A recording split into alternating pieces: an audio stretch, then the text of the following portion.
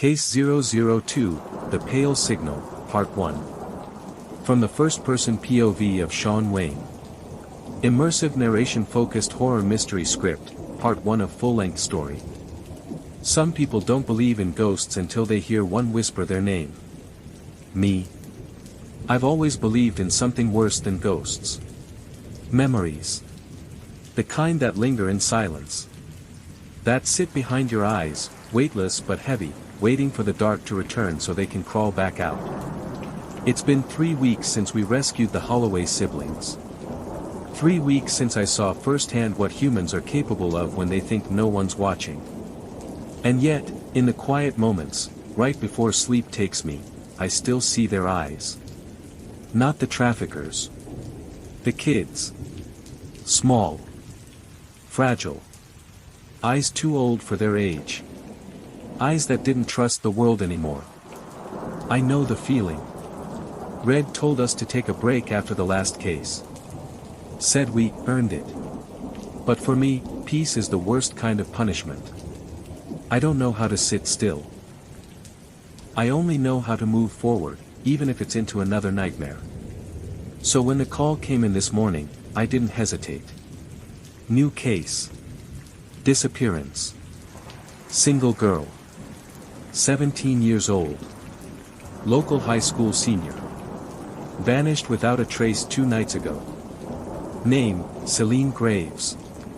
No forced entry. No ransom. No body. Just a cold, dead phone found in the middle of a park. 1 voicemail. The words, "They're watching from the pale."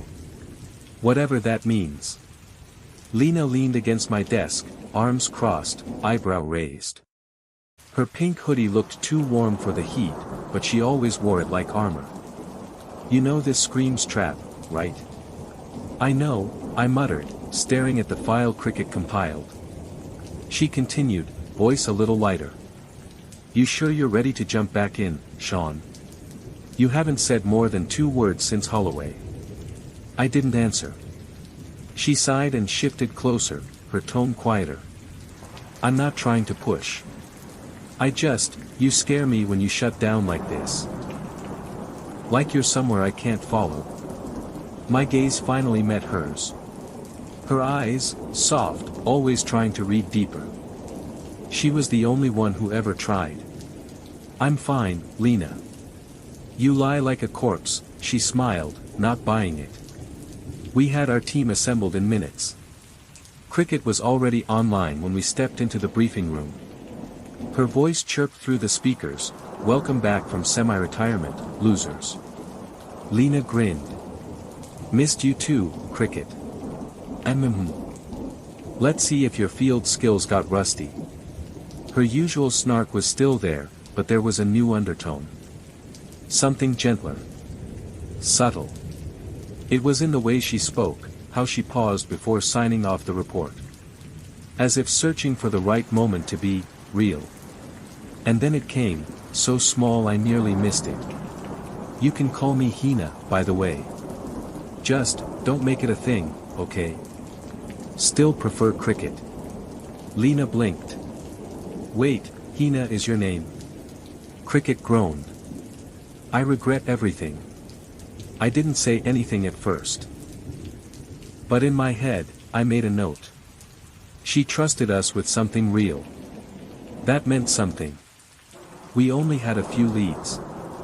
Celine's last known location was a park near the city's abandoned greenhouse district. Her social media went silent a few hours before her disappearance. Her last post was a blurred photo of a stone archway, captioned, "Where silence grows teeth." I felt it immediately. That itch behind my ears. That click in the back of my brain that said, this isn't normal. This wasn't a runaway. This was a pattern. We hit the site around sunset. The air was thick with humidity. Bugs screamed in the distance. The park was overgrown and nearly forgotten by the city. We followed the path toward the coordinates Cricket sent us, flashlight beams slicing through the tall grass. Lina walked beside me, humming a low tune. Nervous tick. I think she does it to make me feel calmer. It almost works. I looked through Celine's profile, Lina whispered. She was different. How so? Goth. Smart. Like, scary smart. Wrote poetry about entropy and memory decay. Had a small following on some occult forums. Anyone she interacted with before she vanished? Just one. A user named Vantasignal. They sent her a message the day she disappeared. Just one line, the hourglass is bleeding again. That same itch returned, crawling up my spine. Cricket's voice popped into our earpieces. I'm scrubbing the forum logs. Vantasignal's account was created 2 days ago. Proxy routed through 10 countries. Whatever they're doing, they're good. Which means they're not alone, I muttered. We reached the archway just past dusk. Old. Cracked. Covered in moss. But underneath the grime, someone had etched a riddle in the stone. For eyes weep but never see. In the pale, you'll find the key. 3 knocks sharp, 1 knock slow. Open wide, the hollow nose. I stared at it, mouthing the words again. For eyes, weep but never see. Lina was already pacing. Okay, this sounds like a riddle. Like actual puzzle logic. For eyes weep but never see. What cries but doesn't have vision? Statues? I guessed. Cricket's voice buzzed in. Cameras. They have lenses, eyes, but they don't cry. Statues could cry if someone rigged water systems. Fountains. Then Lina stopped cold. The greenhouse, she said. There's an old sculpture garden out here. It's got 4 angel statues. I saw them in a photo once, 2 of them are fountains. I was already moving. Lead the way. We found them hidden beneath creeping vines, carved wings stretched to the sky, weeping silently into cracked stone basins. And behind the 4th statue. A hatch. Half buried. 3 knocks sharp. 1 knock slow. I tapped out the sequence from the riddle. The hatch creaked open. What we found inside was a staircase. And silence. The kind of silence that doesn't just happen, it's engineered. We stepped into darkness together. Beneath the greenhouse, something waited. Not a body. Not a clue. Something, older. Something watching. Case 002, The Pale Signal, Part 2. From the first-person POV of Shawn Wayne. Continued immersive narration horror mystery story, Part 2. The stairs creaked under our boots, groaning like they hadn't been touched in decades. Lina was just behind me, one hand on my shoulder, the other gripping her flashlight tight enough to snap it in half. Her breath was slow but shallow. Focused. Her voice whispered through the dark. Why do I feel like we're walking into a ghost story? Because we are, I muttered. The deeper we went, the colder it got. And quieter. Like sound itself had been bled from the air. I couldn't even hear our footsteps anymore. Then the hallway opened into a room. Concrete. Circular. No doors, no furniture. But someone had drawn all over the walls. In chalk. Charcoal. Maybe even blood. Symbols, spirals, triangles, things that looked like hollow eyes and hourglasses melting into the floor. Lina's flashlight flicked. Then came the voice. Soft. Crackled. Artificial. Over a speaker buried in the wall. Welcome, listener. You have 30 minutes before she disappears for good. She is not the first. She won't be the last. Choose your path. Then a click.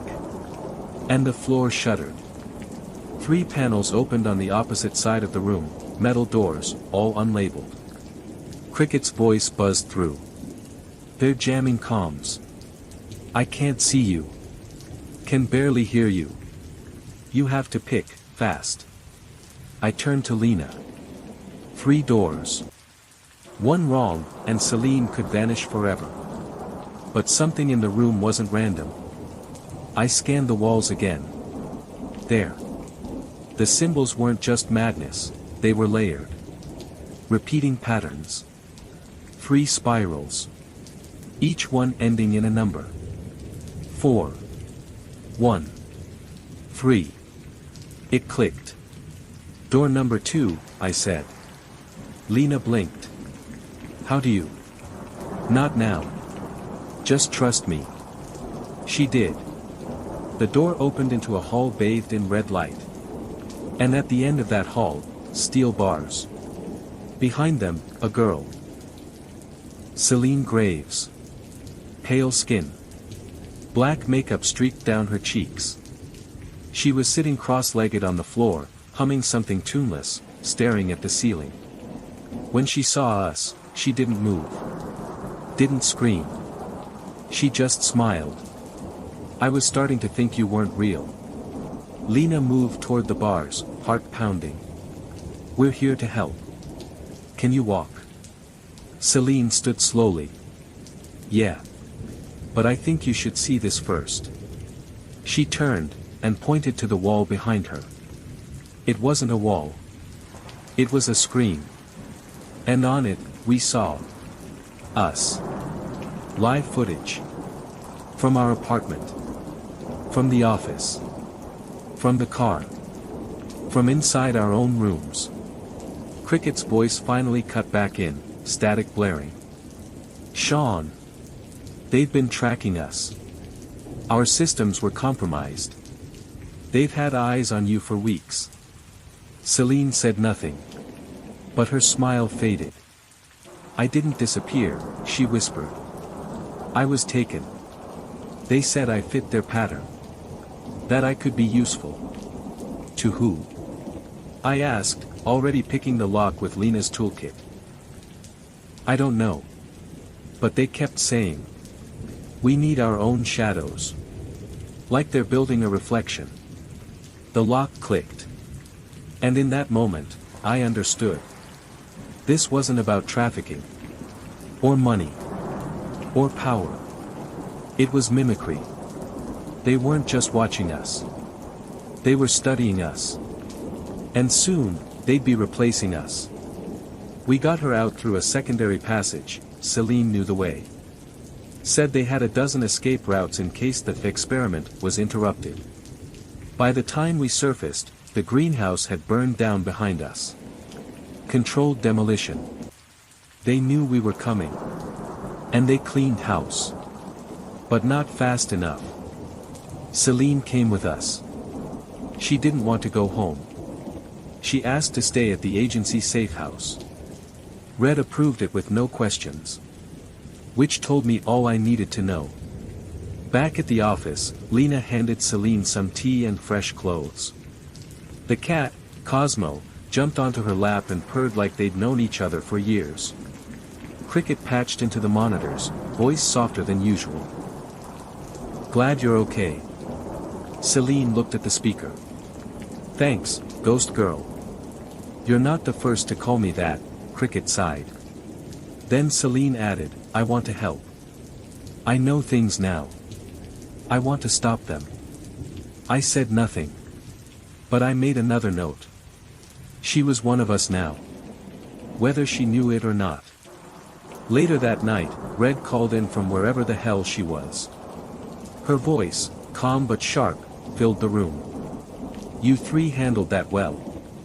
But if we're going to survive what's coming, we need to trust each other more. So I'm starting a new rule. We all looked up. One secret. One truth. After every case. Share it. With each other. No exceptions. Silence. Then Lina spoke first. I have dreams. About things that haven't happened yet. But then they do. I don't know what it means. I've never told anyone. Not even you, Shawn. Cricket buzzed in. I've never left this city. Not once. Never been more than 20 miles from this office. The idea terrifies me. They both looked at me. I hesitated. Then. My name isn't my birth name. I don't know what that was. I woke up in a hospital with burns and a fake ID when I was 12. Everything since then. I built myself. No one said anything. But something shifted. We weren't just a team anymore. We were connected. Celine is sleeping in the office guest room now. Cosmo never leaves her side. And from time to time, I catch her sketching the symbols she saw on the walls. Not from memory. But as if they're still changing. This isn't over. And the shadows? They're getting closer. End of case 002, the pale signal.